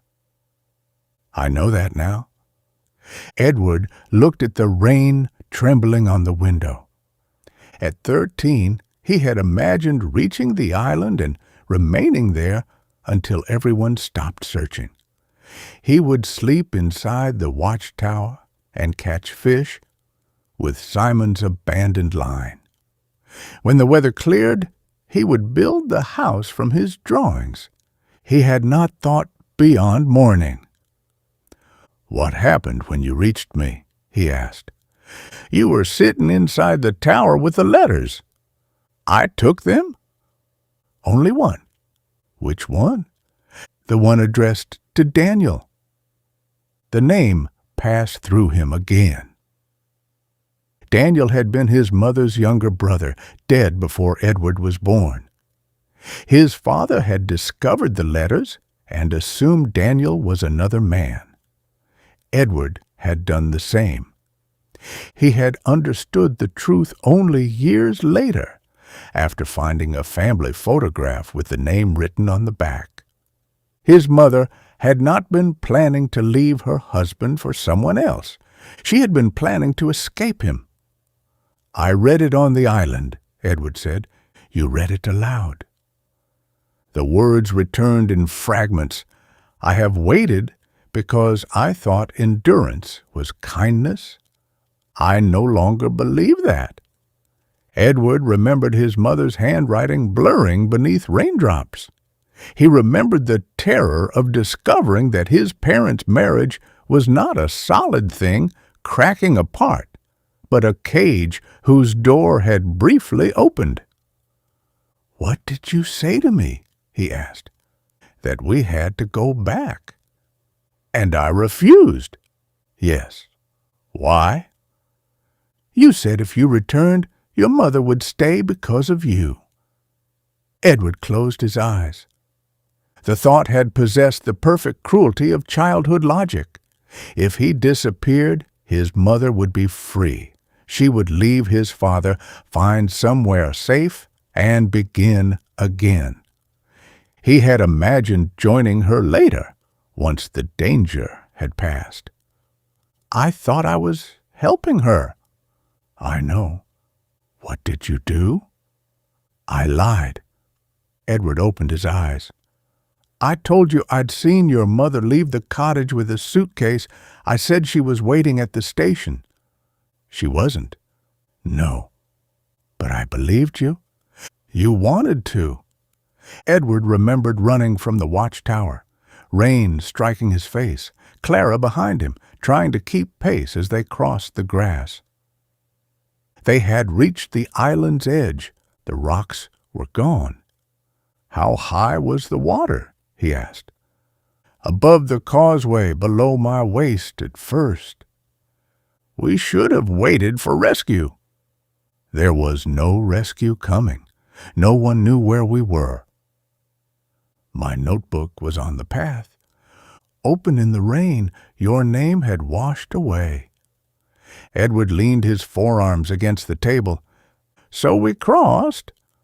"You crossed, I followed." "Because of me. Because I chose to. You were 11. So were most of my choices." Clara looked down at her hands. The first few rocks were easy.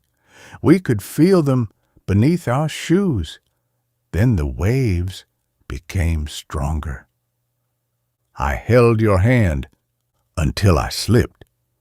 There it was, the memory on which Edward had built the story of that night. Clara's fingers torn from his, her yellow dress, or perhaps it had been a yellow raincoat, vanishing beneath black water. Edward turning back, reaching blindly and catching her wrist. "I pulled you up," he said. "Yes." "You couldn't breathe." "I had swallowed water." "I kept your head above the surface." "Yes." "Then I got you to shore." Clara raised her eyes. "No." Edward stared at her. "I remember it." "You remember the middle." "We reached the beach. We reached the last section of the causeway. I was holding you. And then a wave struck us." The carriage tilted as the train changed tracks. Metal screamed briefly beneath the wheels. Clara's voice remained calm. "You hit your head on one of the rocks." Edward's hand moved instinctively to the faint scar above his left ear. His hair had concealed it when he was younger. He rarely noticed it now. "I thought that happened at the lifeboat station." "It happened in the water." "I was conscious for part of it." "No, I remember the beach." "You remember waking on the beach?" Edward searched the scene, lightning above the dunes, sand beneath his cheek. Clara kneeling over him, striking his face with both hands. He had always believed she was frightened because he had saved her. "You dragged me out," he said. Clara shook her head. "I couldn't. You were too heavy." "Then how?" "Your red jumper caught on a rock. It stopped you being carried out with a wave." The absurd garment his mother had chosen, the jumper he refused to remove because she said it made him look grown up. It had held him in place while the water withdrew. "I climbed back to you," Clara continued. "You weren't moving. I put your arm around my shoulders and waited for the next wave." "What for?" "To lift you." She had timed herself to the sea. When the wave came in, it had raised Edward from the rocks. Clara pulled him forward. Before the water retreated, she held him against the next stone. Wave by wave, she moved him toward the beach. "You knew the tide," Edward whispered. "You taught me." He sat back. For 29 years, he had remembered Clara as the smaller child he had rescued. It had allowed him to transform the worst decision of his childhood into an act of courage. Even the guilt had contained a hidden pride. She had nearly drowned because of him, but in the end he had saved her. The truth was less merciful and far more beautiful. They had saved each other. "Why didn't you tell me?" he asked. "When?" "Afterward." "You were barely awake. Your father arrived, pulled you away, and shouted that I should never come near your family again." "And later?" "There was no later." Edward turned toward the window. The dark glass gave him back the face of a man who had spent his life believing he owed a debt to the wrong version of the past. "My father told me I'd saved you," he said. "He saw you carrying me when we reached the shallows." "He needed a better story." "For whom?" "For himself. A heroic son was easier to explain than a terrified child running from his house." Clara was silent. "My mother came into my room that night," Edward continued. "She sat on the bed and said I had been very brave. I asked whether she was leaving." "What did she say?" "That we all were." The family departed St. Marlow before dawn, but his mother did not escape his father. The letters vanished, the separation was never mentioned again, and the three of them returned to the same house. She remained there for the rest of her life. "Did she ever leave him?" Clara asked. "He died 9 years later." "That isn't what I asked." "No." Edward pressed his thumb against the wooden key tag in his pocket. "She stayed." "Because of you?" "I used to think so." "And now?" He considered the question. His mother had made choices Edward might never understand. Fear had shaped them. Love had shaped them too, though perhaps not in the way people like to imagine. A child could be part of such a choice without being its cause. "Now, I think she stayed because leaving was harder than she could bear." Clara nodded. "That doesn't mean she was weak." "I know." "Do you?" Edward looked at her. "My father called her weak. I spent years trying to prove he was wrong by becoming nothing like her." "Did it work?" "No. I became someone who stays." The admission brought no relief, but it felt solid beneath him. "I stayed in a marriage after it had emptied," he said. "I stayed in work. I stopped loving.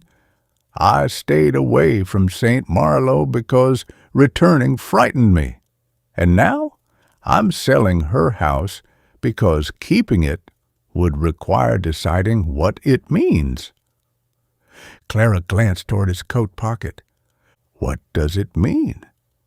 "I don't know." "You don't have to know before morning. You said you distrusted sensible advice." "I do. I'm trying it temporarily." Edward smiled. The train began to slow. An announcement named a station neither of them heard clearly. They passed beneath an iron bridge and alongside a platform crowded with rain-dark signs. No one entered their carriage. When the train moved again, the sky above the rooftops was no longer entirely black.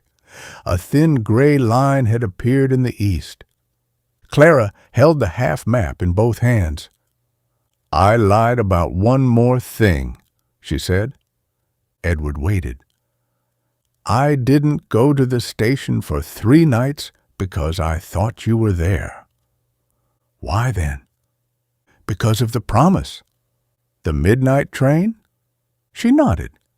"You said we would leave when we were old enough. After you disappeared, I decided that perhaps you had meant then. Children don't understand the difference between running away and growing up. Some adults don't either. I wanted to believe you had found a way out." "And if you found me?" "I would have gone with you." Edward pictured 2 soaked children boarding a train that did not exist, carrying no luggage except a tuning fork, a notebook, and 1 half-understood letter. How far would we have made it? Mr. Finch would have found us by breakfast. Probably sooner. He knew everything. He claimed the freezer told him. Clara laughed softly. The sound loosened something in Edward. "I'm sorry I left you there," he said. "You didn't choose to." "I'm sorry anyway." She studied him for a moment. "I'm sorry I lied about your mother being at the station." "You got me off the island." "I made you believe she had left without you." "You were trying to save me." "So were you." They let the symmetry rest between them, not innocence restored, not guilt erased, only the truth given back its missing half. Clara placed the map inside the blue book and closed it. "What will you do with the house?" she asked. "I'm supposed to hand over the keys at 10. "That isn't what I asked." Edward looked beyond the window. London was waking. Delivery vans moved along wet streets. Lights appeared in kitchens. A cyclist waited alone at a red signal. "I could delay the sale," he said. "Can you?" "There's a penalty." "Can you afford it?" "Yes." "Then the question isn't whether you can." "No." "What would you do with the house?" He saw his mother's overgrown garden, the apple tree bent beneath branches no one had pruned. The small room at the back where she had painted before his father told her it was impractical. "I might stay there for the summer." "In the empty house." "It wouldn't have to remain empty." Clara smiled. "That sounds almost like a plan. An outline. A map." "Not yet." The train entered another tunnel, and the carriage filled with their reflections. Edward looked at the woman opposite him and saw neither a stranger nor the girl she had been. He saw both, held together by years, neither of them could recover, and a single night they still had time to change. "What will you say to your father?" he asked. Clara rested one hand on the wooden case inside her bag. The truth. Which part? All of it. And if he cannot give you the apology you want. She watched their reflection until the tunnel released them into the pale light before dawn. Then I will stop waiting for it. The first great roofs and signal gantries of King's Cross appeared ahead. The train began its final approach to London. The train slowed beneath a sky the color of pearl. On both sides, tracks multiplied and crossed one another, shining after the rain. Empty carriages waited in sidings. Signal lights changed from red to amber and from amber to green, directing unseen journeys through the waking city. The announcement came softly through the speakers. We will shortly be arriving at London King's Cross, where this service terminates. Around them, the carriage stirred. Coats were lifted from seats. Bags came down from racks. Phones awakened and filled the silence with messages that had accumulated during the night. The child near the front pressed both hands to the window, searching for some unmistakable proof that they had reached London. Edward looked at the table between him and Clara. The coffee cups were empty. The tuning fork had returned to her bag. The old blue book lay closed over her half of the map, preserving it like a pressed flower. In a few minutes, none of these things would hold them together. There would be crowds and decisions. Clara would go north toward Hampstead. Edward would go south to the solicitor's office. They would become two people with appointments rather than two children who had once believed an island could be reached by courage alone. Clara put on her green coat. Edward stood and lifted down his suitcase. "Still refusing help?" he asked. That was Mrs. Winter. "I know I'm practicing for when you refuse. My bag weighs almost nothing." "That isn't a refusal." "No, thank you, Ed." "Better." He sat again as the train moved past brick walls, iron bridges, and the backs of buildings covered in rain-dark soot. The rhythm of the wheels slowed. Ta-dum, a pause, ta-dum.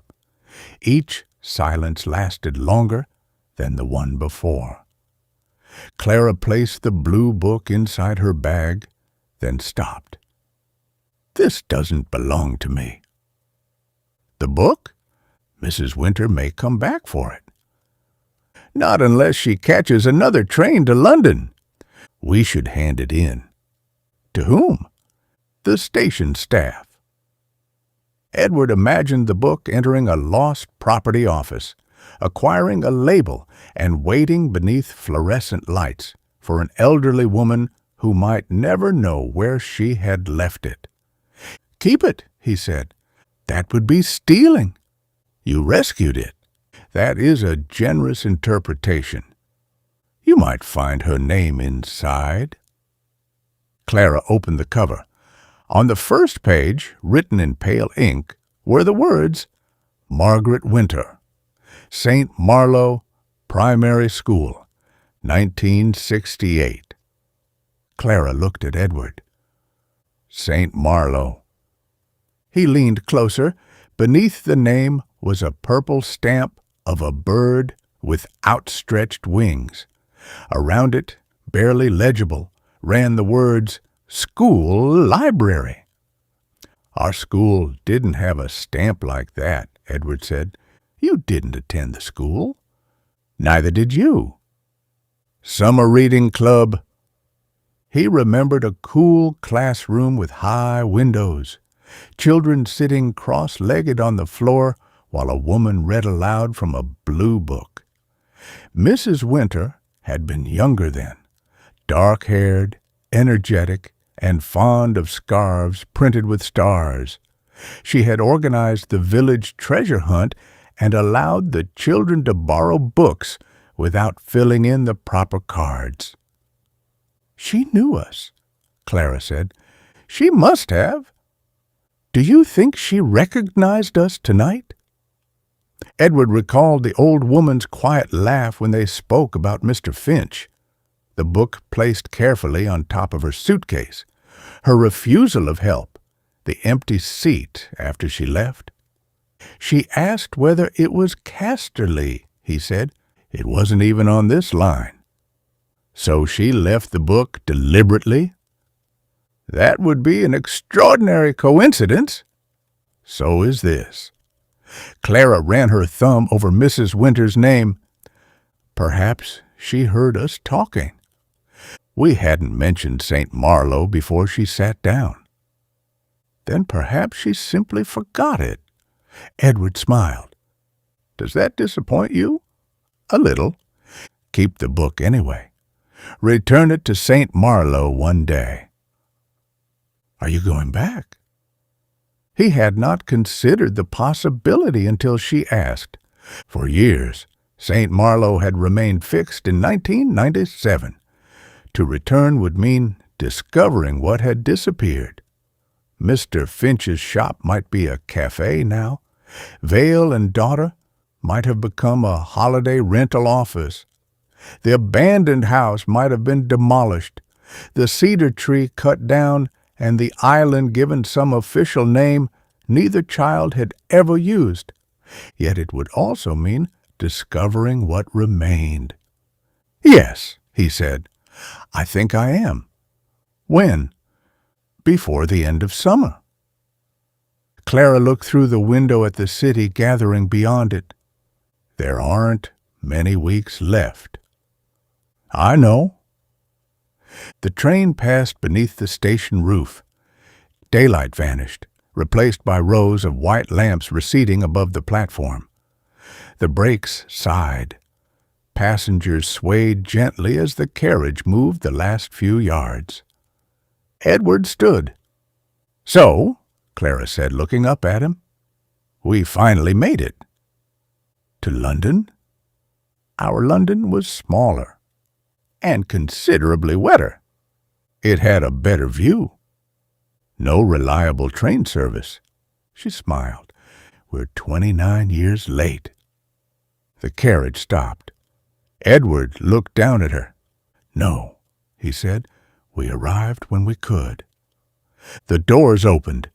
Cold station air entered the carriage, carrying the smell of coffee, wet concrete, and diesel. Passengers moved into the aisle. Edward stepped aside to let them pass, then followed Clara onto the platform. King's Cross was already alive.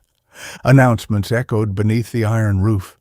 Suitcase wheels rattled over the pavement. A man hurried past while fastening his tie. 2 railway employees spoke beside a cleaning cart. At the far end of the platform, a couple embraced with the desperate relief of people reunited after far less than 29 years. Edward and Clara walked slowly. Neither mentioned that they were delaying the moment of separation. At the barrier, Clara stopped. "I should go." "To the hospital?" "Yes." "Do you want company?" The question surprised both of them.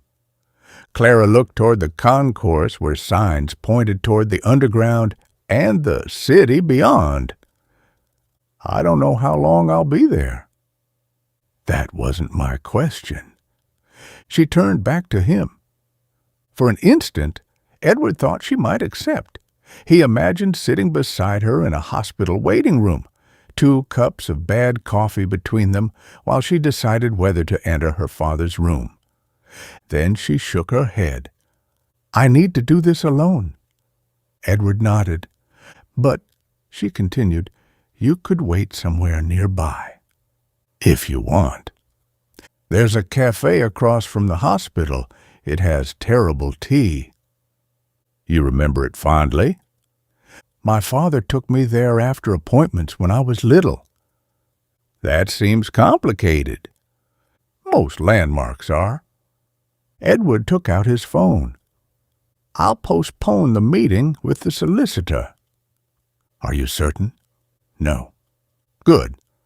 He found the number in his messages. His thumb hovered over it. Calling would make the decision real. There would be questions, penalties, and irritation. The buyers might withdraw. His carefully arranged morning might collapse. The house might remain his. Clara watched without urging him. Edward pressed the number. A recorded voice informed him that the office would open at 9. He waited for the tone. "This is Edward Harper," he said. "I'm calling about the completion scheduled for 10 this morning. I need to postpone it. Please don't release the keys until you've spoken to me." He ended the call. "That sounded expensive," Clara said. "It probably was. How do you feel?" "Terrified." "Then perhaps it matters." Edward slipped the phone into his pocket beside the keys. Clara took out her own. The message from her father remained unread. She opened it. Edward looked away, but after a few seconds, she held the screen toward him. The message contained only 6 words. "Please, come. Bring your mother's note. Not tuning fork. Note." Clara read it again. "All this time," she whispered. "What did he mean?" "I assumed he wanted the tuning fork, but my mother left a note when she went away." "Do you have it?" "No, he does. Or he did." Clara closed her eyes. Edward could see the 11-year-old inside her, waiting for an explanation that no adult had offered. He could also see the woman who had crossed half the country without knowing whether she wanted to arrive. "You don't have to forgive him," he said. "I know. You don't have to comfort him. I know. You can leave whenever you want." She opened her eyes. "You still make rules. Contingencies." A tired smile appeared on her face. "3 useful ones," she said. They crossed the barrier together. The main concourse opened around them, bright and immense after the dark carriage. Shops raised their shutters. Departure boards changed with a soft mechanical flutter.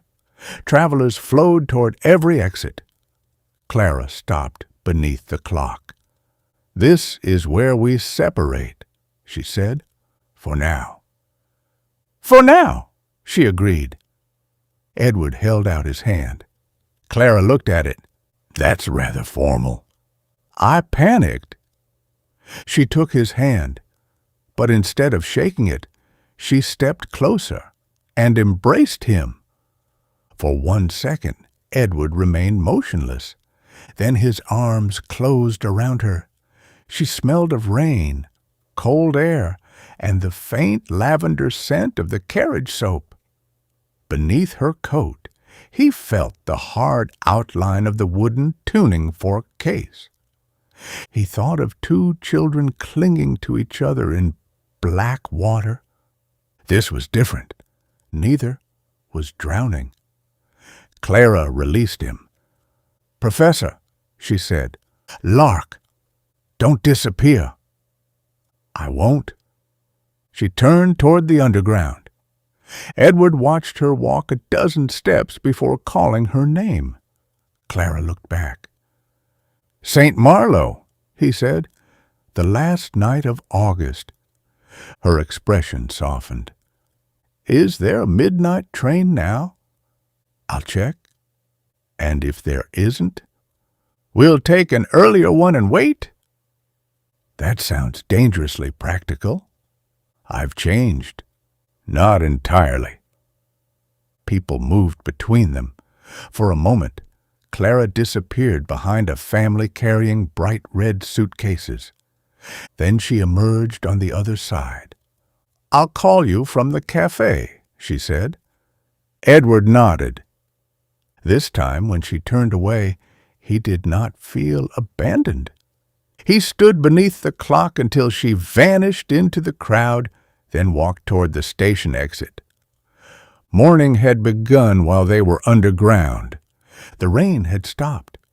London's roof shone beneath a pale strip of sunlight, and the streets smelled newly washed. Buses moved through the intersections. Cyclists passed in bright jackets. Somewhere nearby, a church bell marked the hour. Edward took the keys from his pocket. The brass was warm from his hand. The wooden tag still carried his family name in faded blue ink. For years, he had thought of keys only as objects that permitted entry. He understood now that they could also postpone an ending. His phone vibrated, a message from Clara. He opened it. A photograph filled the screen. She had placed her half of the map on her knees. The island marked London rested beneath the dark shape of the tuning fork case.